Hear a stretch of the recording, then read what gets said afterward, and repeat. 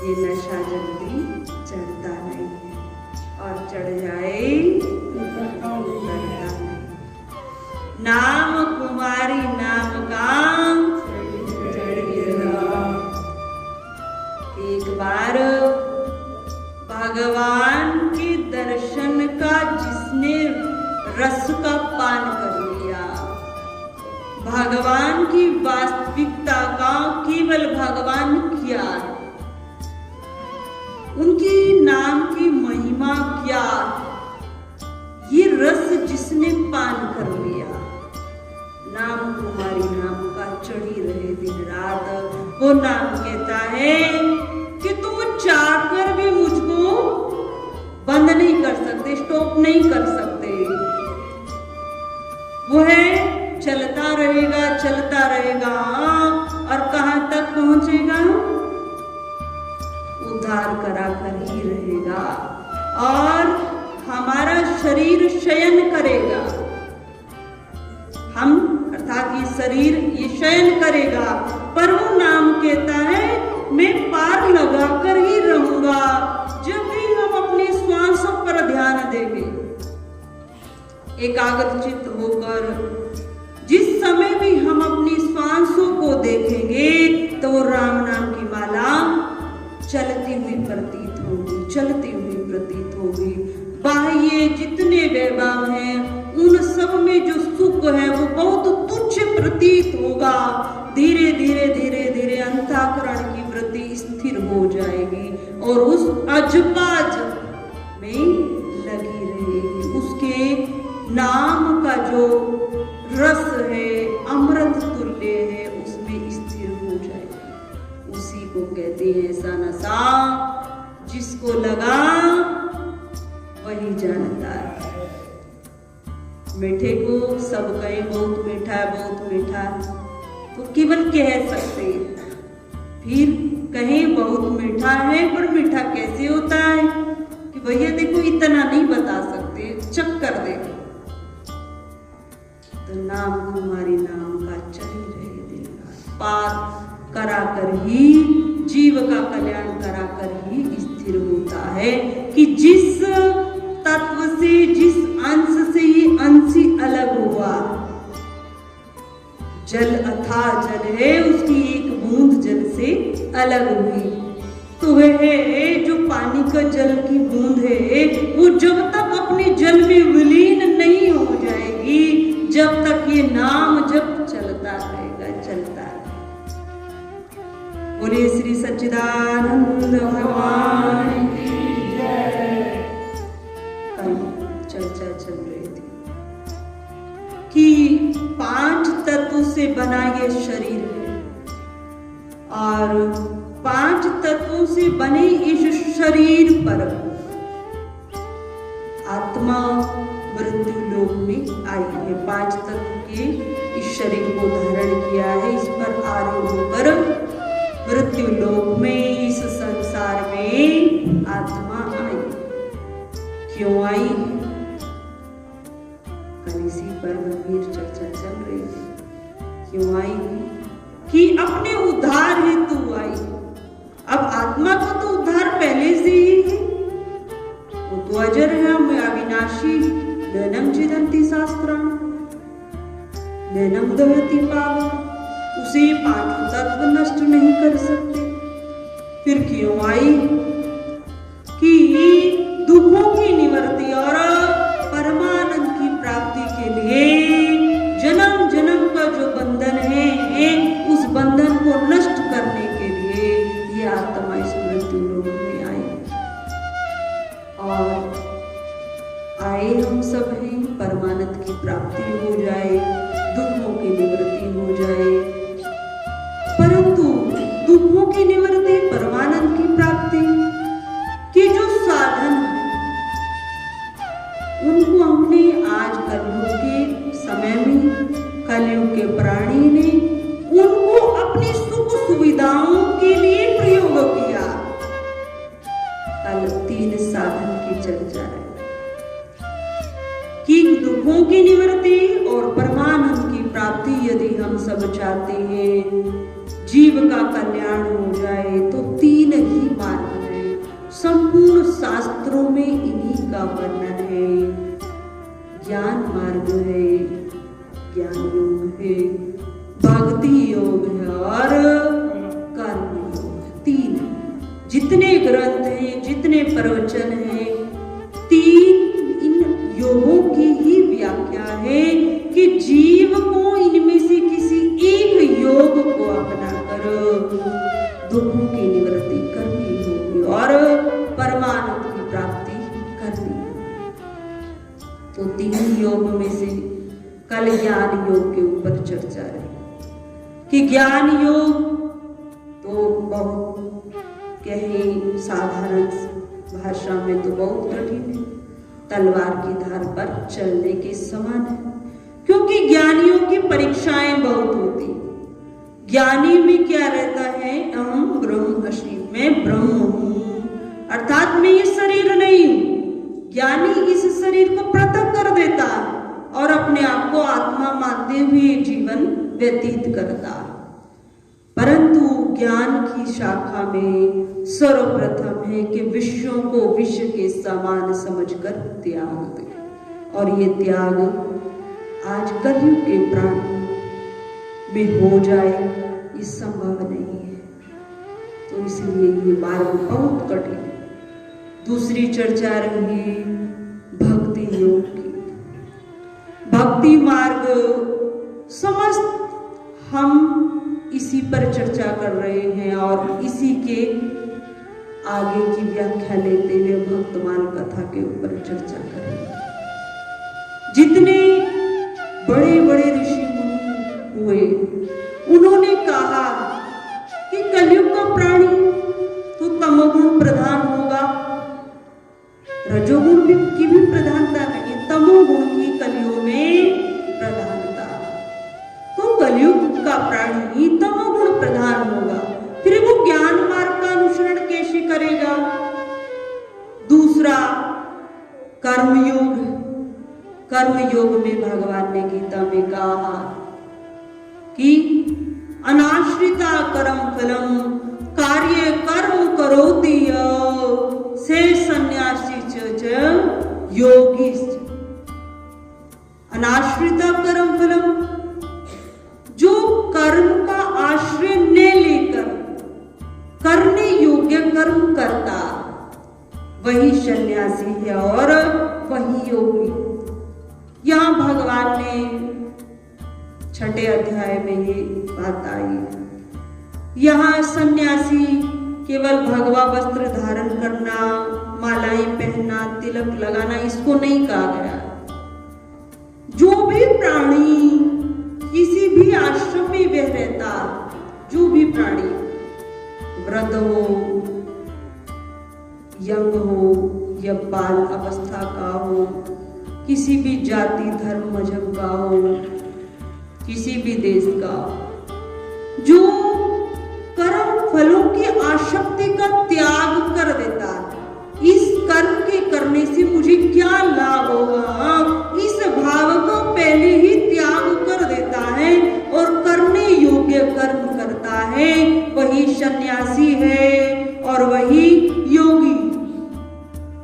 परंतु हमें तो नहीं है ये भाव। हम अपने आप को देखें, मंदिर भी हम जाते हैं या फिर जो सत्संगी है भगवत कृपा से, जो संसारिक इच्छाओं से बहुत ऊपर उठ चुके, वो मात्र 5% पूरे विश्व में, ज्यादा से ज्यादा 5% हो सकते हैं ऐसे व्यक्ति। पर कलयुग का प्राणी जो भी कर्म करता तो पहले उसकी फल को देखता, तो फिर हम कर्म योग में तो चल ही नहीं सकते। कलयुग का प्राणी जो भी अपना कर्तव्य कर्म करता है, कथा भी सुनता है, भागवत में सबसे पहले क्या कहा जाता है, उसका माध्यम बताया जाता है। भागवत को सुनने मात्र से ये फल की प्राप्ति होगी। जो भी कथाएं आती हैं, उन कथाओं के सुनने से हमें क्या लाभ होगा, पहले हम इसी पर अपने ध्यान को रखते हैं। मैं ऐसा कर्म करूंगा तो मुझे वहां से कितना क्या लाभ होगा। और ये तो एक सामान्य बात है। और भी बात को हम देखें तो जो हिंदू भाई बहन है ना, वो तो इन प्रकारेण सुख हो जाए, उन्हें कहीं अमुक जगह पीर है और वहां पर जाकर झाड़ू चढ़ाना, और वहां उस पीर पर एक जल रहता, उस जल को घर में ले आना और छिड़क देना, कुछ पान भी कर लेना, झाड़ू वहां चढ़ा देना, सुख ही सुख हो जाएगा, लाभ हो जाएगा। तो वो हिंदू भाई ये नहीं देखेगा मैं उस पीर पर जा रहा हूं, उसका चरित्र कैसा था, केवल मुझे सुख मिल जाए, किसी भी प्रकार से मिल जाए, मुझे लाभ हो जाए, इसके लिए फिर किसी भी पीर पर जाकर मैं मत्था टेकने के लिए तैयार हूं। हम स्वयं गलत खान पान नहीं रखते। आप सब भी जितने यहाँ बैठे, हमें नहीं लगता आप कुछ गलत चीजों का सेवन करते। जब हिंदू स्वयं मांसाहार नहीं करता और वो मत्था कहां टेक रहा है, जितने पीर हुए हैं उनकी हिस्ट्री को हम जानते हैं। यदि हमने किसी एक की भी हिस्ट्री को जान लिया तो हम कदापि अपने बच्चों को वहां भेजेंगे नहीं, जो सनातन से, जो धर्म कर्म को मानने वाले हैं। हम उनकी हिस्ट्री जानते नहीं।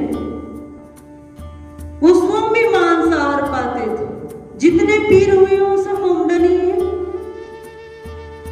सब मोमडन होते हैं।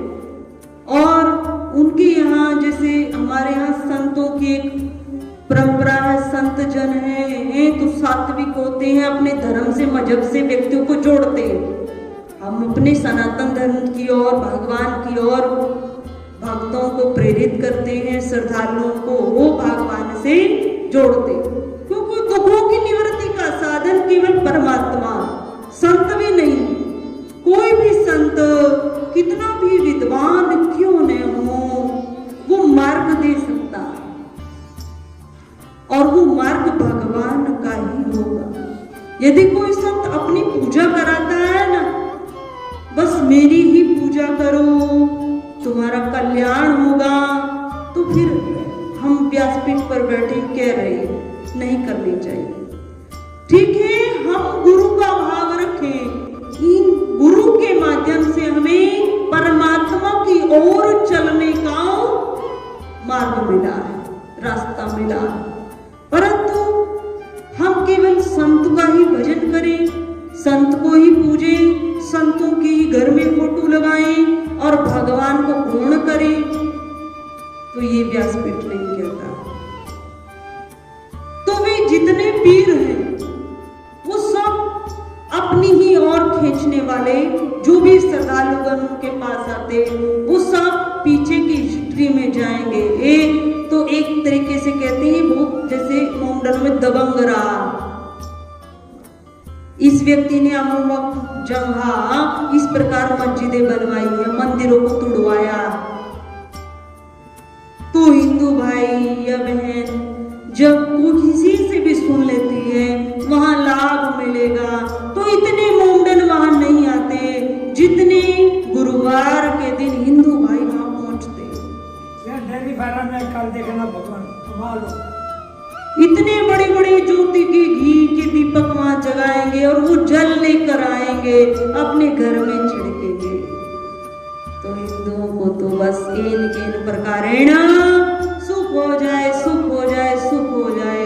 हम कहते हैं हनुमान जी की भक्ति की जाए। अगर जीवन में दुख भी आया है तो हमारे शास्त्रों में बहुत उपाय बताए हुए। यदि मंगलवार के दिन किसी के जीवन में बहुत कष्ट आया और वो बहुत दुखी, हम कहते हैं जो हनुमान जी महाराज है ना, शनिदेव जी है ना, कलयुग में उनका बहुत ज्यादा प्रभाव है। और श्याम बाबा का भी कलयुग में बहुत ज्यादा प्रभाव है। अर्थात हम जो भी प्रार्थना करते हैं उसको चमत्कार देखने को वहां मिलता है। कलयुग में बाबा श्याम का प्रभाव है, हनुमान जी का बहुत प्रभाव है और शनिदेव का बहुत प्रभाव है। शनिदेव सूर्य भगवान के ही पुत्र, तो सनातन देवता। तो आप मंगलवार के दिन ये उपाय व्यासपीठ आप सबको कह रहा। यदि जीवन में बहुत ज्यादा कोई कष्ट तो उसका गुणगान किसी तीसरे व्यक्ति के पास जाकर मत कीजिए, क्योंकि हम जब उसको अपनी वाणी से बाहर के वातावरण में छोड़ते तो वो दुख कम नहीं होता और भी ज्यादा प्रबल हो जाता। एक हम अपनी सोच को पॉजिटिव बनाएं। मेरे पिछले जन्म का कोई कष्ट था, पिछले जन्म में मेरे हाथों के द्वारा, मेरे शरीर के द्वारा कुछ ऐसा कर्म हुआ है जिसके परिणाम स्वरूप मुझे ये दुख मिला। ऐसी हम सबकी सोच होनी चाहिए। दूसरा, हम उसे किसी दूसरे व्यक्ति से नहीं कहते हो, घर के सदस्य तो जानते ही, क्योंकि वो तो उसमें सब सम्मिलित है। हनुमान जी के मंदिर में जाकर शनिवार में भी जा सकते हैं, मंगलवार में भी जा सकते हैं। नारियल की भेंट अर्पित करें। नारियल हमारे यहाँ कोई साधारण नहीं है। हम सब नारियल की महिमा को भूलते जा रहे हैं। नारियल क्या, केवल पानी का गोला नहीं है नारियल। हमारे यहाँ नारियल को कभी आप उसको पूरे देखो अंदर से, उसके बाहर के कवर को उतार कर, तो उस पर क्या दिखाई देती? कुछ बना रहता है ना, क्या बनी रहती? आंखें बनी रहती हैं, दो आंखें बनी रहती। और कभी भी नारियल को हम कहते हैं चाकू से काटना नहीं चाहिए। हमारे यहाँ नारियल तोड़ा जाता, चाकू से काटा नहीं जाता, पाप है काटना। कभी भी नारियल को चाकू से, जो बीच का भाग है, डोला है, उसको काटना नहीं चाहिए, तोड़ना चाहिए। पूरा जब वह सूखा भी हो जाता है तब भी उसे हाथों से तोड़े, नीचे तोड़े, पर चाकू से उसको नहीं काटे, टूट जाता है।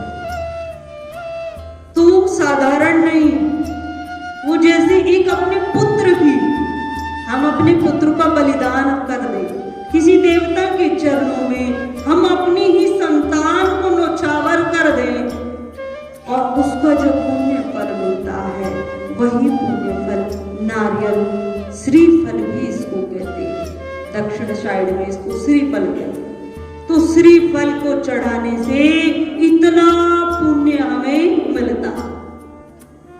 तो भगवान हनुमान जी के मंदिर में जाकर नारियल को हम चढ़ाएंगे और 7 बार वहीं पर बैठकर, जहां प्राण प्रतिष्ठित हनुमान जी, 7 बार स्वच्छ हृदय से स्नान करके जाएं, पवित्र भाव लेकर जाएं और वहां पर बैठकर 7 बार हनुमान चालीसा का हम पाठ करें। यदि हम 3 बार भी प्रत्येक मंगलवार ऐसा कर देंगे तो भाइयों, जो भी जीवन में समस्या आ रही, कोई शत्रु बाधा है, तो वह भी नष्ट हो जाएगी।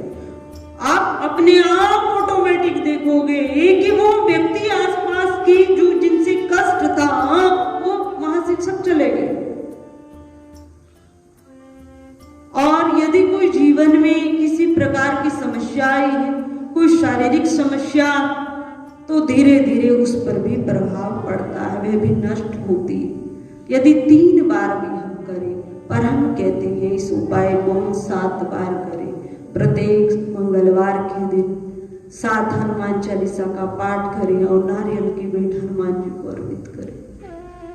तो करके तो देखिए, फिर पीर पर जाने की आवश्यकता नहीं पड़ेगी, फिर कहीं अन्य जगह पर जाने की आवश्यकता नहीं पड़ेगी, यही लाभ मिलेगा, यही लाभ मिलेगा।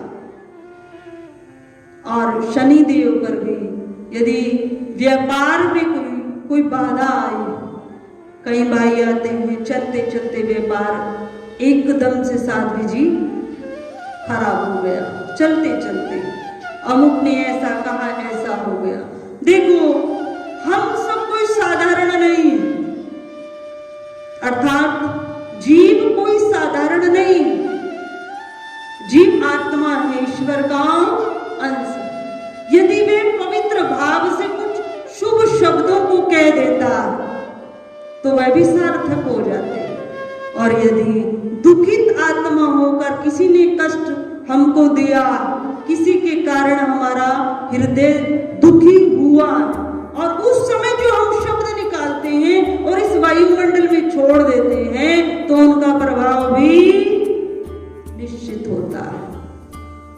तो यदि व्यापार में बाधा है तो हम श्री शनिदेव जी के, महाराज जी के मंदिर जाएं और शनिवार के दिन उनकी आंखों में हम न देखें, क्योंकि शनि जी की जो एक दृष्टि पड़ जाती है, एक वो गलत मानी जाती है। और शनिदेव की आंखों में हम सबको, किसी को भी किसी भी मंदिर में जाकर नहीं देखना चाहिए। चरणों की ओर देखते हुए हम शनिदेव को प्रणाम करें, तेल अर्पित करें, तेल की ज्योति जगाएं, कुछ समय बैठें और अपने हृदय के भाव को हम रखें। प्रत्येक शनिवार वहां जाएं तो देखो लाभ मिलेगा। अगर हमारा व्यापार सत्य का है, उसमें किसी को हम कष्ट नहीं देते, हाँ अर्थ की तो आवश्यकता सबको है, तो उसमें तत्काल प्रभाव दिखाई देगा। करके देखें। तो हमारे शास्त्रों में हमारे संत जन बहुत ऐसे उपाय बताते हैं जिनसे जो जीवन की छोटी छोटी समस्याएं उत्पन्न हो जाती हैं वो सब नष्ट हो जाए। ऐसे उपाय तो हम उनको अपनाएं, न कि हम किसी के इतिहास को जाने। हमने स्वयं गलत खान पान नहीं किया और हम वहां जाकर मत्था टेक के आते हैं। जो स्वयं मांसाहार करते थे उनका जल लेकर घर में छिड़कते हैं, जो स्वयं अपवित्र थे। तो इस पर हम ध्यान दें। हम उनको नहीं रोक पा रहे हैं, हम अपने परिवार को तो बचा सकते हैं, उनको बचाएं। तो चर्चा चल रही है कर्म योग पर कि आज कलयुग का प्राणी बिना फल की इच्छा किए कोई कर्म करता ही नहीं।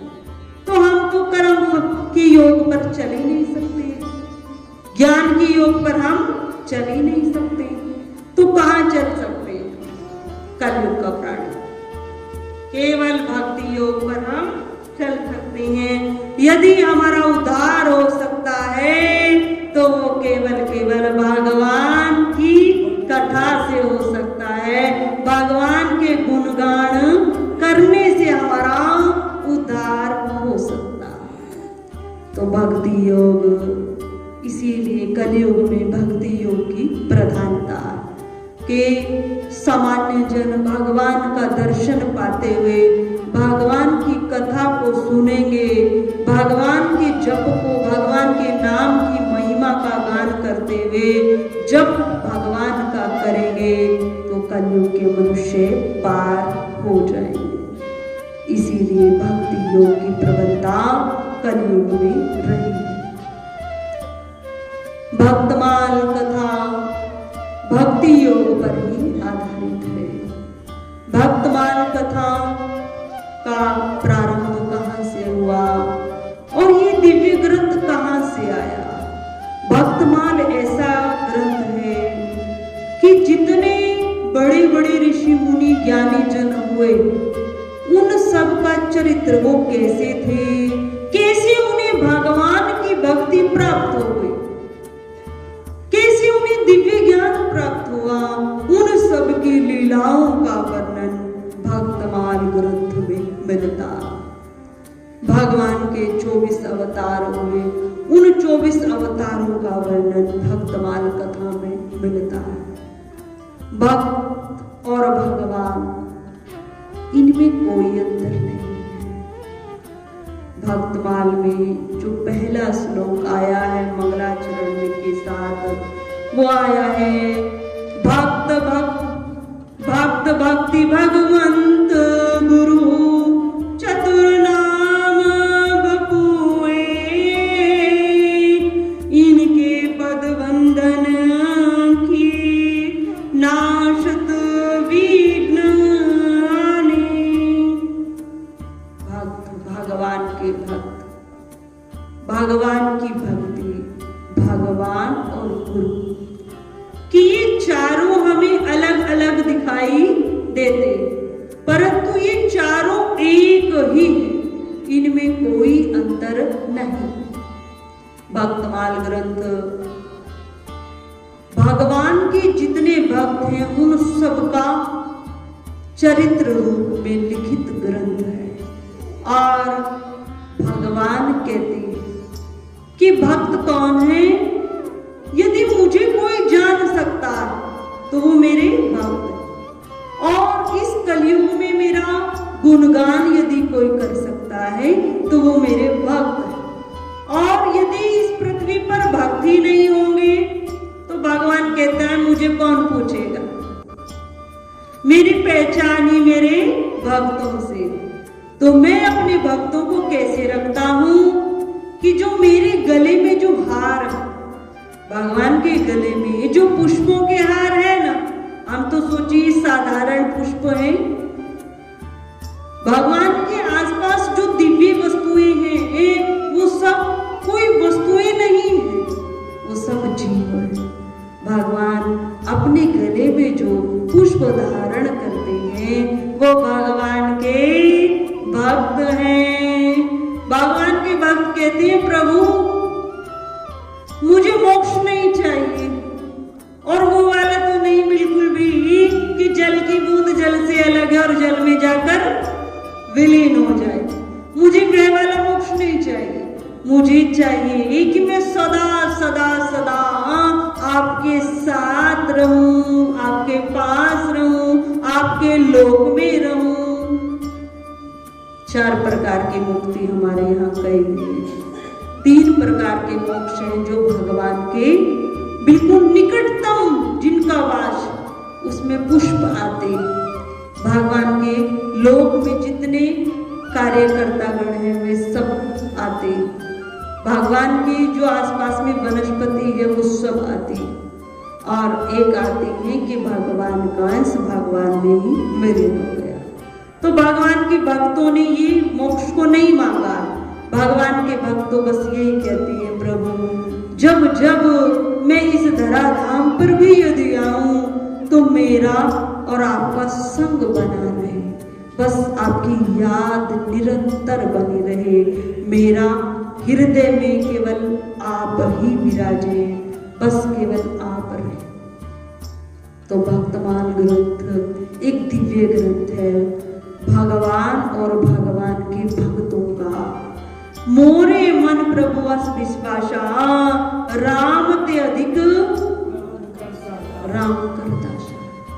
भगवान स्वामी कहते हैं कि मैं अपना अपमान सह सकता हूं, पर मैं भक्तों का अपमान सहन नहीं कर सकता। क्यों?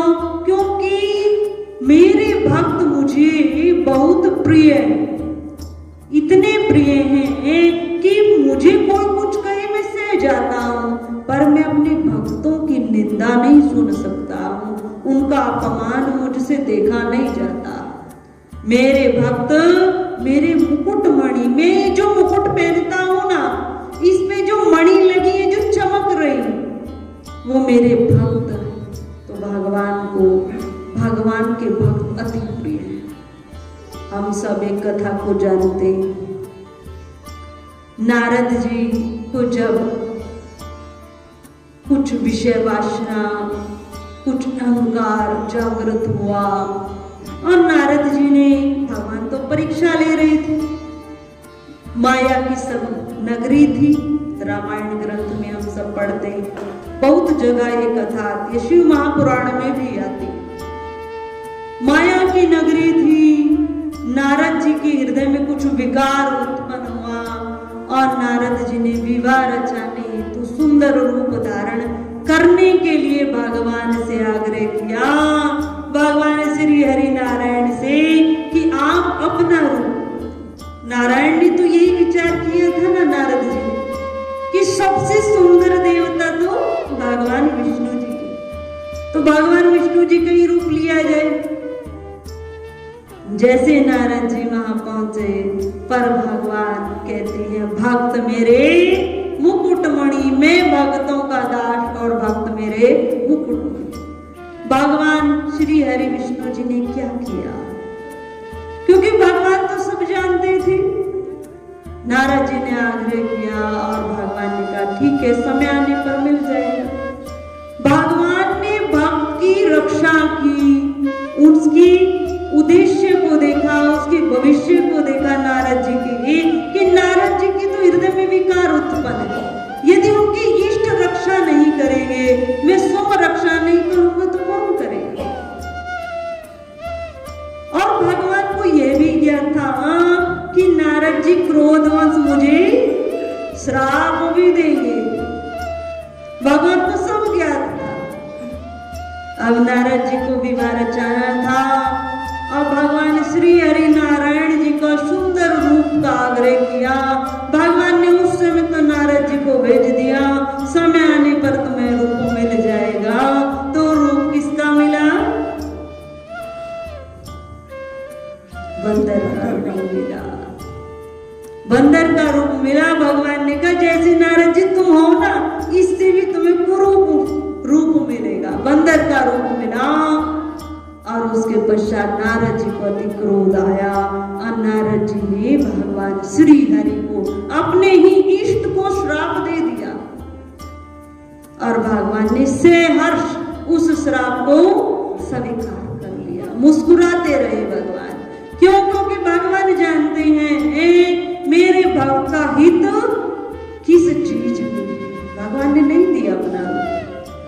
क्योंकि जानते हैं नारद जी के हृदय में विकार आया है और विकारों को दूर करना ही भगवान का परम उद्देश्य है।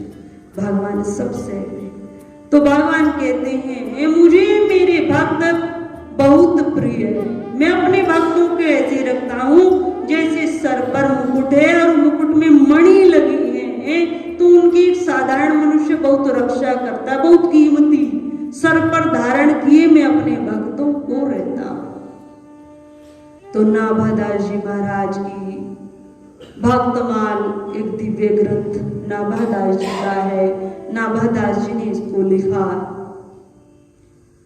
नाभादास जी कहते हैं मेरे हृदय में इस ग्रंथ को लिखने की प्रेरणा किसने दी, मुझे ये आज्ञा किसने दी कि मैं भक्त और भगवान दोनों के चरित्रों का वर्णन करूं और भगवान के भक्तों के गुणगान करते हुए अपने जीवन को सार्थक करूं, मुझे ये प्रेरणा किसने दी।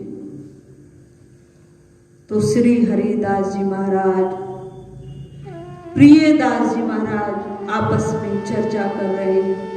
तो प्रियदास जी महाराज ने बताई है कि नाभादास जी महाराज ने भक्तमाल ग्रंथ को कैसे, किस अनुभूति से और किसकी प्रेरणा से लिखा। नाभादास जी महाराज एक शिष्य रूप में थे, ये प्रारंभिक अवस्था उनकी थी। तो नाभादास जी महाराज के गुरु थे श्री अग्रदास जी महाराज, और अग्रदास जी महाराज बहुत विद्वान थे और भगवान की भक्ति में लीन रहते थे। कई महात्मा ऐसे होते हैं कि हमको देखने में वो बहुत साधारण प्रतीत होते कि महाराज जी तो ज्यादा ध्यान और ज्यादा समाधि में या आसन बिछाकर बैठते नहीं।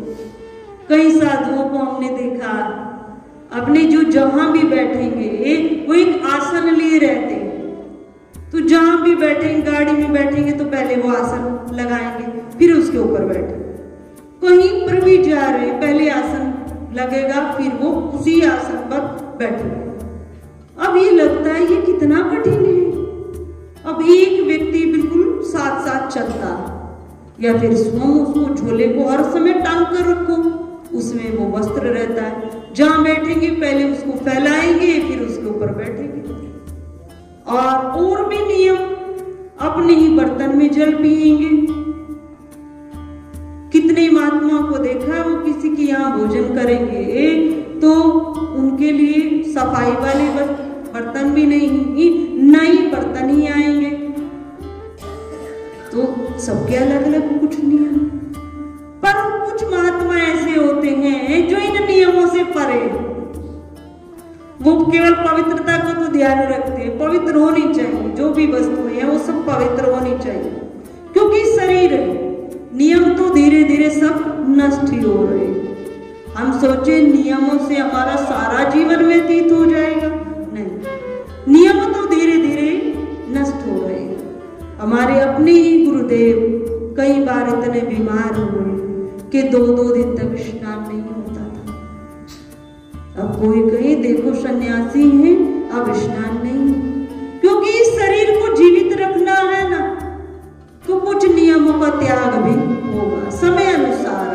जैसे जैसे बीमारियां शरीर में बढ़ेगी तो जो बैठने वाला साधन था, भजन था, वह भी गौण हो गया। घूमते चलते फिरते नाम जप किया और कई बार 2-2 दिन तक स्नान भी नहीं।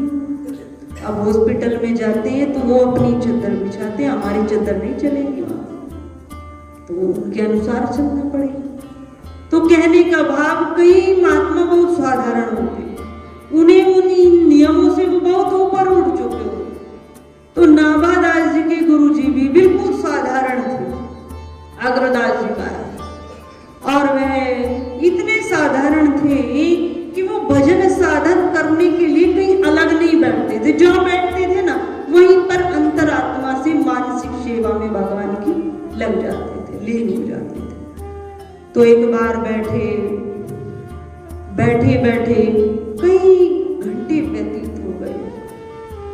अब बैठे हैं और अंदर चित्तवृत्ति से भगवान राम जी की सेवा कर रहे हैं। बाहर से लगेगा अमुक व्यक्ति बैठा है और आंखें बंद की है, हो सकता है शयन में हो या झपकी लगी हो, पर अंदर ही अंदर अग्रदास जी महाराज राम जी की भक्ति कर रहे हैं मानसिक रूप से।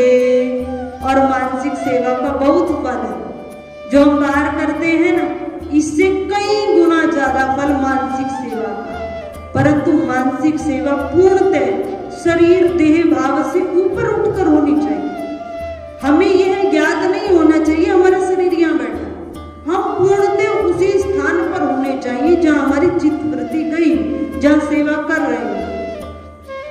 तो अग्रदास जी महाराज राम जी की भक्ति में लीन और नाभादास जी महाराज उनके शिष्य हैं।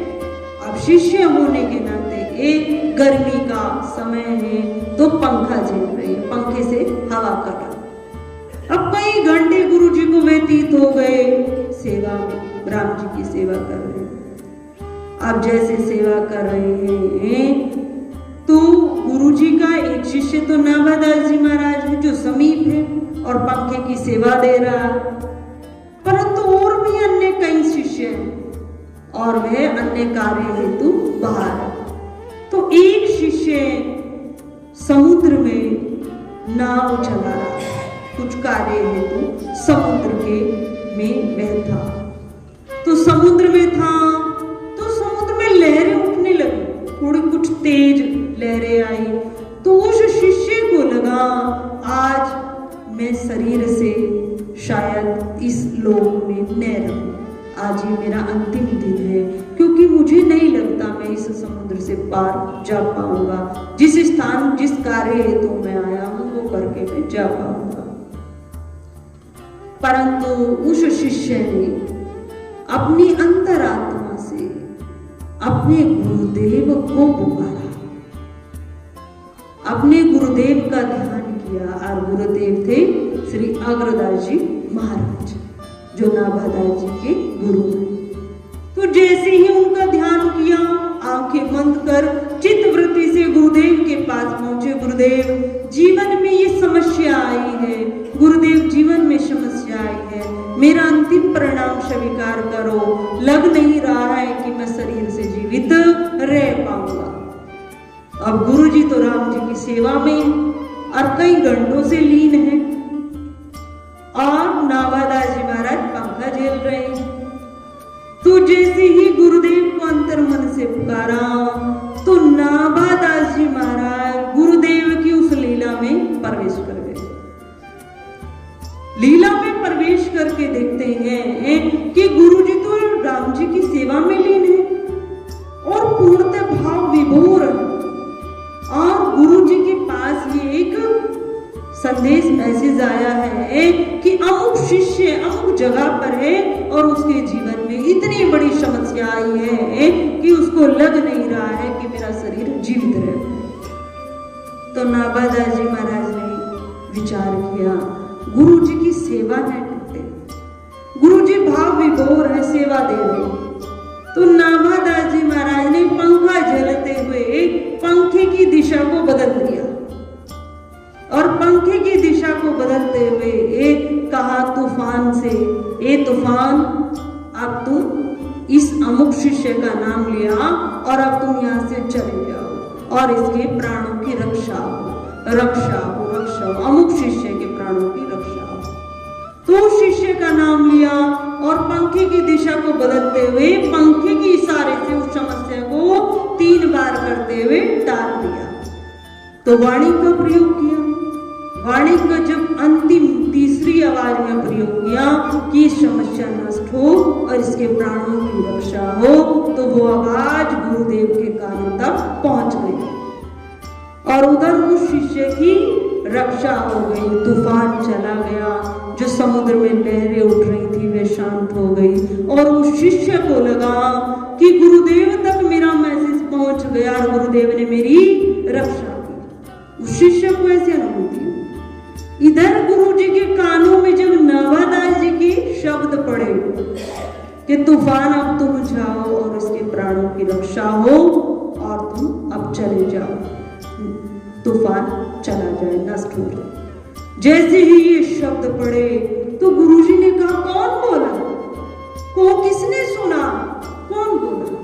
और ऐसा कहा, कुछ देर बाद अपनी आंखों को खोला। जैसे ही आंखों को खोला तो गुरुदेव की आंखों से झरझर आंसू बहने लगे और अन्य कुछ न बोलते हुए सब कुछ समझ गए कि मैं तो मानसिक रूप से भगवान राम जी की सेवा में लीन हूं और ये मेरा शिष्य, ये जो पंखा झेल रहा है, ये इतनी ऊंची स्थिति को प्राप्त हो गया है कि ये मेरी लीला में भी सम्मिलित हो गया। इसने प्रत्यक्ष अनुभव पाया कि मैं कहां पर क्या सेवा दे रहा हूं, प्रत्यक्ष इसने देखा। और ये जो शिष्य मुझे पुकार रहा था उसकी भी समस्या को इसने दूर किया, वहां तक भी ये पहुंच गया। वहां भी जो घटना घटित होने वाली थी इसको सारा आभास हो गया। ये मेरा शिष्य कितनी उच्च स्थिति को पहुंच गया। गुरुदेव की आंखों से झरझर आंसू बहने लगे और कहा, भाई तो पे साधु कृपा, उन्हीं के गुण रूप को तुम वर्णन कर। भाई तो पे साधु कृपा, हो गई तो पे साधु कृपा, हो गया तेरा कल्याण। अब तू साधुओं के ही गुण और रूप का वर्णन कर। बस इतना गुरुजी ने आज्ञा दी। जैसे ही नाभादास जी के कानों में स्वर पड़े, हो गई तो पे साधु कृपा, उन्हीं के गुण और रूप का वर्णन कर, तेरे जीवन का कल्याण यही करेगा। और तेरी इस लीला का, तेरे इस यशोगान का, तेरे इस प्रत्यक्ष अनुभव का प्रमाण अन्य समस्त साधक जनों पे, भक्त जनों पर पड़ेगा। यही शब्द थे जो नाभादास जी के हृदय में समा गए।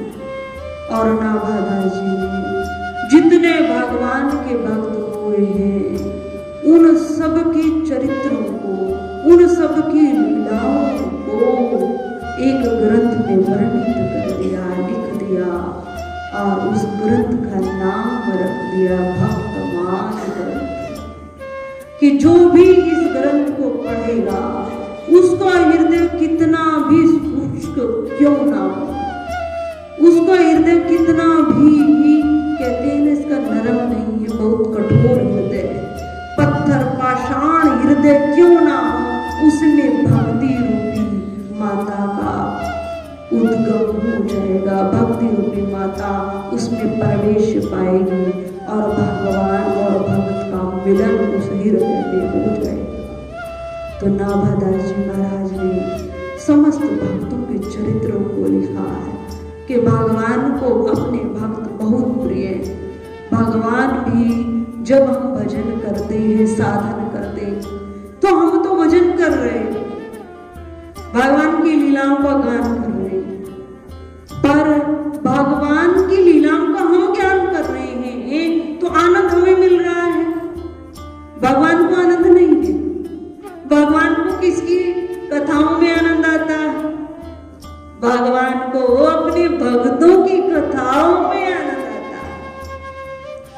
भगवान अपने भक्तों की कथा को सुनते और कहते हैं कि जिस प्रकार भक्त मुझे भजता उसी प्रकार मैं भी अपने उस भक्त को भजता हूं, उसका ध्यान करता हूं। वह मेरी ओर एक कदम बढ़ता है, मैं उसकी ओर 2 कदम बढ़ता। क्यों? क्योंकि वो तो संसार में है, मृत्यु लोक में है। इस मृत्यु लोक में भगवान के समीप आ पाना ही बहुत कठिन है। सबसे कठिन जो कार्य है वो अपनी चित्त वृत्ति को भगवान से जोड़कर रखना सबसे कठिन कार्य है। तो भगवान 2 कदम हमारी ओर बढ़ते। भगवान को कौन प्रिय है? भगवान कहते हैं मुझे कौन प्रिय है। अब मैं भगवान कहीं नहीं, सन्यासी भगवान को प्रिय है, या जिसने गृह त्याग किया है, ब्रह्मचर्य रूप है वही प्रिय है, या कहीं भगवान को पंडित पुजारी ही प्रिय है जो भगवान के समीप रहते नहीं। भगवान कहते हैं मुझे कौन प्रिय है?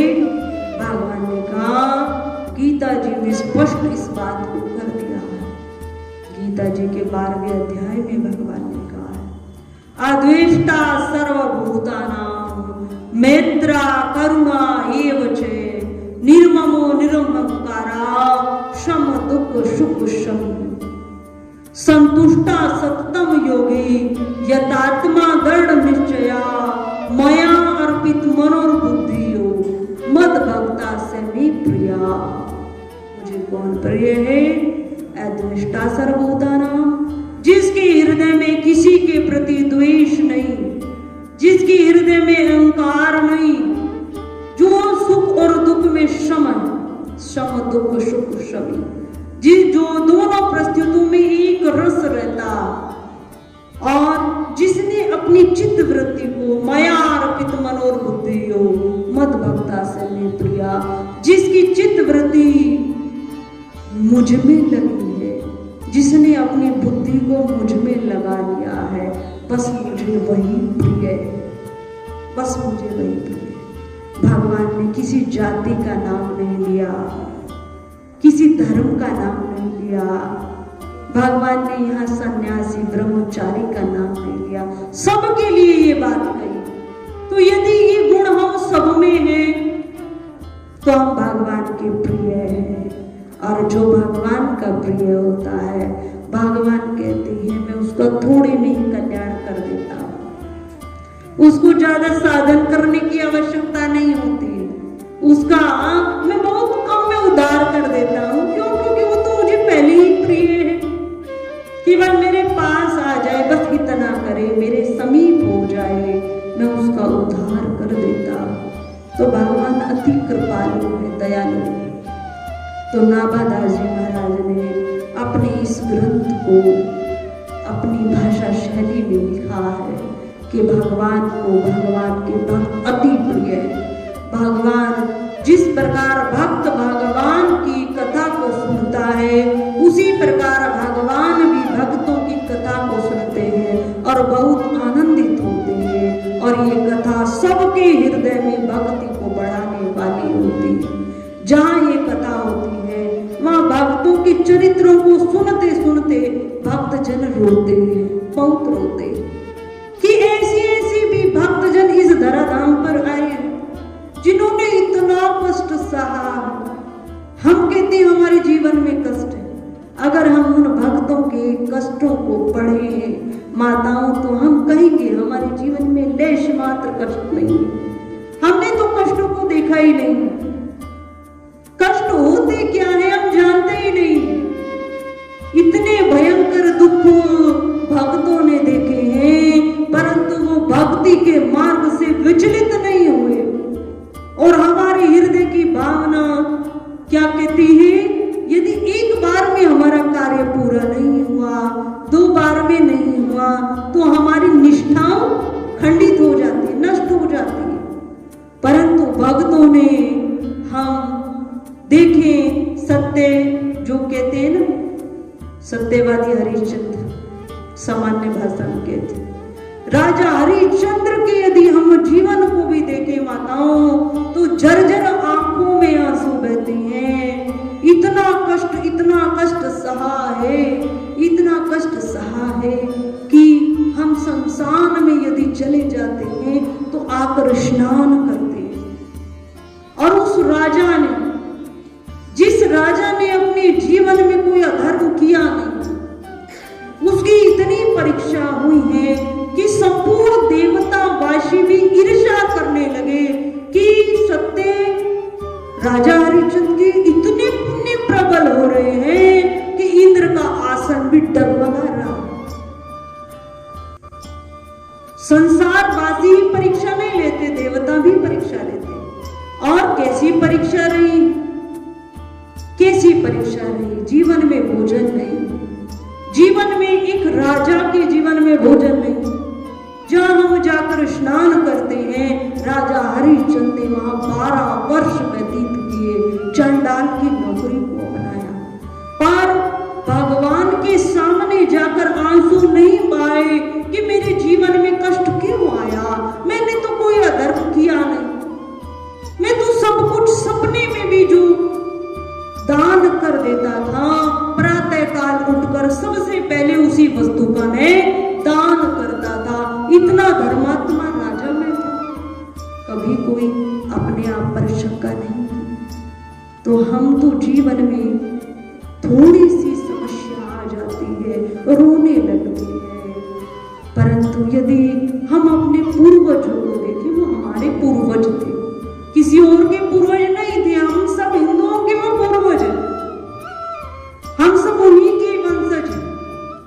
तो हमारा हृदय परम पूज्य श्री साध्वी ब्रह्म ज्योति सरस्वती जी के प्रवचन प्राप्त करने हेतु दिव्य वाणी चैनल को सब्सक्राइब करें।